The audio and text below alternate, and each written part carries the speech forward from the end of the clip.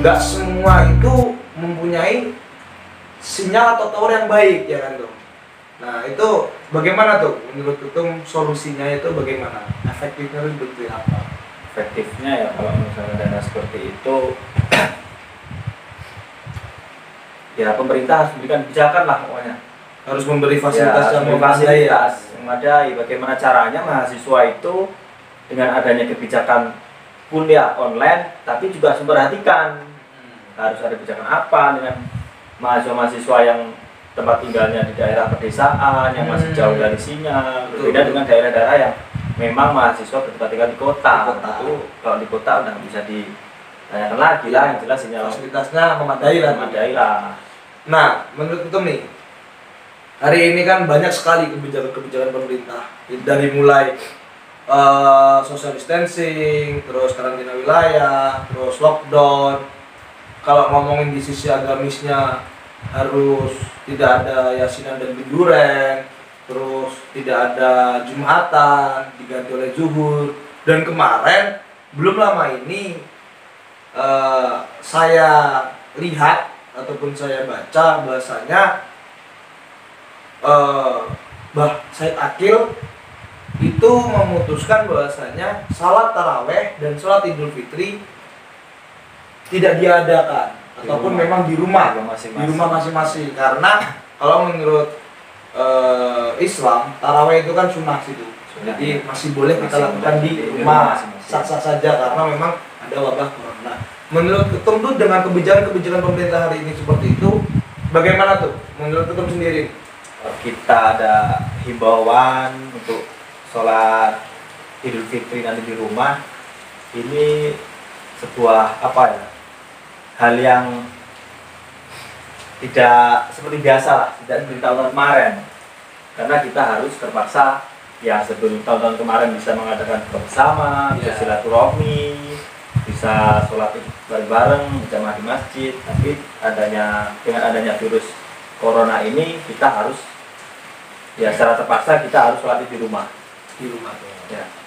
Karena kan hari ini yang saya lihat ada lagi tuh kebijakan yaitu dari MUI sendiri bahwasanya siapapun yang dia berasal dari kota zona merah positif corona dan dia nanti mudik ke kampungnya itu haram. Itu bagaimana tuh? Kalau haram ya itu udah dari kebijakan dari langsung MUI itu. Langsung dari MUI ya. Sekjennya ya. Kalau kita sudah kebijakan dari MUI ya mau bagaimana lagi, kita juga masih terlalu awam lah kalau kita berbicara masalah agama. Nah, kita masih banyak harus belajar lagi. Cuma kalau ada himbauan seperti itu ya memang tidak salah karena pada zaman sahabat Nabi itu masih memang ada wabah yang menyerang juga ya. Menyerang. Di situ kita tidak diharuskan untuk sholat berjamaah. Bahkan untuk azan pun dirubah kan itu lafaznya, bacaannya. Ya.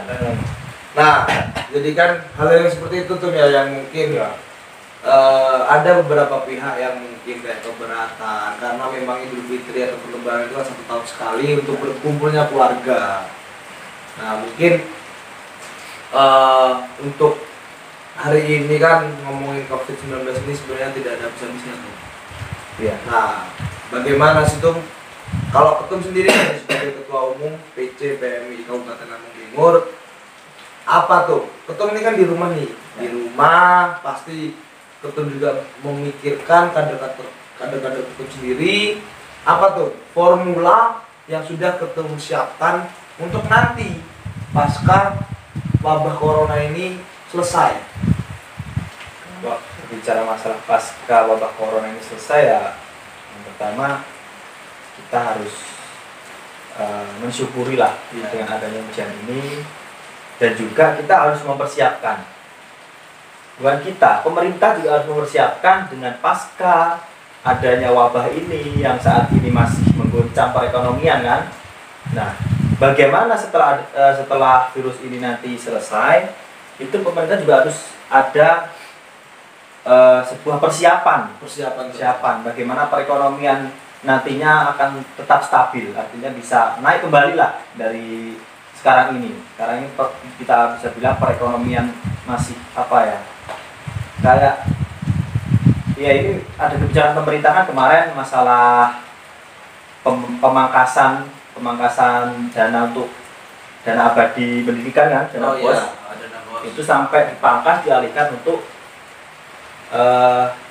pembiayaan corona ini. Itu kan kalau kita amati berarti kan perekonomian ataupun anggaran yang dimiliki oleh pemerintah ini sangat minim. Sampai-sampai dana yang seharusnya tidak ke situ, yang seharusnya dana ke pendidikan malah dialihkan ke penanganan virus corona COVID-19 ini. Nah, jadi semisal itu wabah COVID-19 ini belum berhenti nanti setelah Lebaran, semisal sampai setelah Lebaran, dan pemerintahan Indonesia melockdown total setiap wilayah ataupun negara, lockdown semua yang ada di Indonesia, apakah akan sangat mempengaruhi perekonomian tuh? Sangat mempengaruhi, menurut saya sangat mempengaruhi. Karena kan kalau yang saya baca kemarin di artikel, dolar hari ini kan sudah naik sampai ke 16.000 ya. Sampai hampir 17.000 kalau setahu saya, 17.000 lebih lah. Nah itu kan berarti kan kalau ngomongin perekonomian kan Indonesia ini kan sebenarnya sudah negara maju tuh, tapi masih ngomongin tingkat perekonomiannya masih kurang. Nah contoh kemarin itu yang saya baca di Nepal itu di negara kecil masih berkembang tapi perekonomian stabil.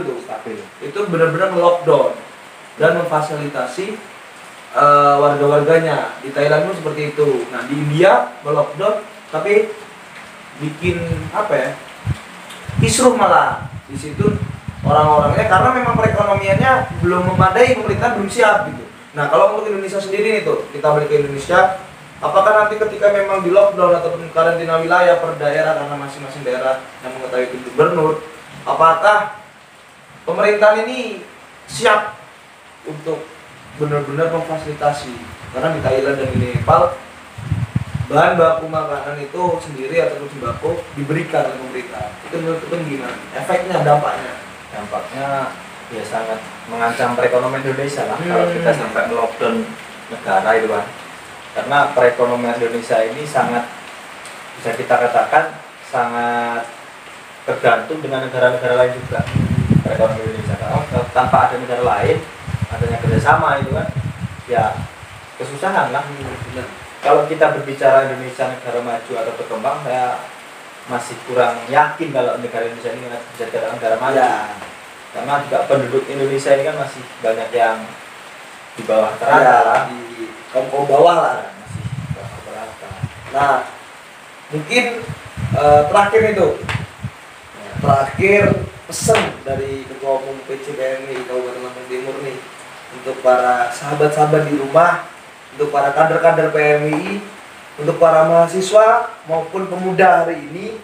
Karena yang saya lihat kemarin banyak sekali mahasiswa pemuda yang mengeluh, mengkritisi pemerintahan, bahwasanya mengeluh lah intinya terkait tidak ada fasilitas, kuliah online membebani karena memang tugas banyak dan lain-lain.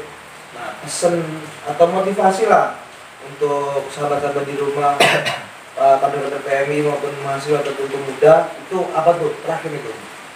Kalau menurut saya kemarin sudah kami bawakan kepada masyarakat, umumnya khususnya kepada kader-kader PMI yang di Lampung Timur ya. Jadi yang pertama itu kita jangan sampai lah mengeluh, jangan mengeluh, jangan banyak omong. Artinya apa yang bukan menjadi porsi kita jangan berbicara ke situ. Takutnya kalau salah malah menjadi kacau. Nah, kalau masalah virus corona ini kan, saya ingin sampaikan sedikit masalah instruksi dari pemerintah antara social distance, terus ada lagi lockdown, gitu kan. Nah, ini artinya pemerintah masih kurang mengedukasi masyarakat. Benar. Ya. Karena nggak ada pembelajaran itu sendiri, artinya tidak ada sosialisasi. Tiba-tiba ada yang namanya istilah lockdown, terus ada istilah social distance. Oke lah, untuk kita para mahasiswa ataupun orang-orang yang sudah memang berpendidikan mungkin paham lah masalah social distance gitu kan. Tapi kalau kita melihat masyarakat yang awam itu masih kebingungan dengan adanya istilah seperti itu, apalagi ODP itu kan. Nah, orang dalam pengawasan itu pemerintah tidak menerangkan secara jelas kepada masyarakat bahwa ODP itu adalah orang-orang yang memang dari luar daerah yang pulang ke daerah masing-masing. Nah, istilah seperti itulah yang harus bisa diambil alih oleh mahasiswa untuk mengedukasi masyarakat. Nah, dengan seperti itu bahwa mahasiswa harus bisa mengedukasi masyarakat bagaimana cara pencegahan COVID-19 ini, terus apa sih seberapa bahaya COVID-19 ini kalau sampai terjangkit pada manusia. Nah, yang pertama mahasiswa harus bisa mengedukasi. Terus jangan mengeluh. Nah, jangan mengeluh. Yang paling fatal lagi ini, jangan sampai mahasiswa itu menyebarkan sebuah berita yang belum terkonfirmasi kebenarannya. Ini jangan sampai, apalagi dengan situasi negara masih seperti ini, kok ada berita-berita yang tidak benar. Nah, ini bisa menjadi kepanikan sendiri di masyarakat bahwa kita sendiri saja kalau menghadapi virus corona ini dilarang panik kan, takut, dilarang panik berlebihan, itu juga sangat berbahaya kan. Itu. Terus ya tetap kami himbaukan kepada seluruh kader PMI tetap berdoa kepada Allah Subhanahu wa taala, karena harus kita yakini bahwa virus yang sedang menimpa di dunia termasuk Indonesia ini adalah salah satu ujian dari Allah Subhanahu wa taala. Kita harus bisa mengambil hikmah dari semua ini. Terus kita harus tetap meningkatkan keimanan kita yang dari awalnya tidak rajin ibadah, ya kita ayolah kita bareng-bareng gitu. Bertobat lah. Ya harus ada perubahan lah. Dari sebelumnya dengan adanya wabah seperti ini kita harus ada perubahan. Buat teguran lah ini siapa kita. Ya, mungkin saya menambahkan sedikit pesan untuk mahasiswa maupun kader PMI dimanapun yang berada dan pemuda, khususnya mahasiswa, yaitu ketika nanti pulang ke daerah masing-masing, benar katanya Ketum Ferry, untuk membantu pemerintahan mengedukasikan, memberi penjelasan kembali untuk yang pertama ke keluarga dulu lah, karena kan orang tua kita kan hari ini memang masih bisa dibilang awam ya Kum ya, belum seberapa paham. Takutnya di wabah corona ini membuat panik gitu loh. Wabah corona ini memang tidak bahaya, tetapi penyebarannya memang bisa dikatakan cepat. Nah, ditambah lagi nih. Karena kan kita ya harus stay di rumah ya. Nah, lalu bagaimana cara kita mengedukasi masyarakat? Kalau kita gunakan fasilitas yang ada, minimal media online, media seperti grup WhatsApp. Kalau kemarin ya, saya yang pertama ya instruksikan kepada grup masyarakat, grup mahasiswa. Langsung kalau ada kader-kader PMI yang masuk dalam grup WhatsApp perdesaan, dari Pamong Desa ataupun pemuda-pemuda desa lah ya, kita bisa mengedukasi lewat grup tersebut. Artinya bahwa virus corona ini sangat berbahaya apabila sampai menjangkit kita. Terus masalah istilah-istilah yang belum dipahami oleh masyarakat awam, mahasiswa harus bisa mengambil posisi itu, bisa mengedukasi. Ya mungkin itu saja Tum yang bisa kita diskusikan hari ini. Terima kasih banyak sudah mau gabung di Catatan Kecil Merdeka. Sehat selalu buat Ketum dan tumbuh subur selalu PMI di Lampung Timur. Kita bareng-bareng tuh, salam pergerakan. Oke, salam pergerakan. Ya mungkin itu saja yang bisa saya sampaikan.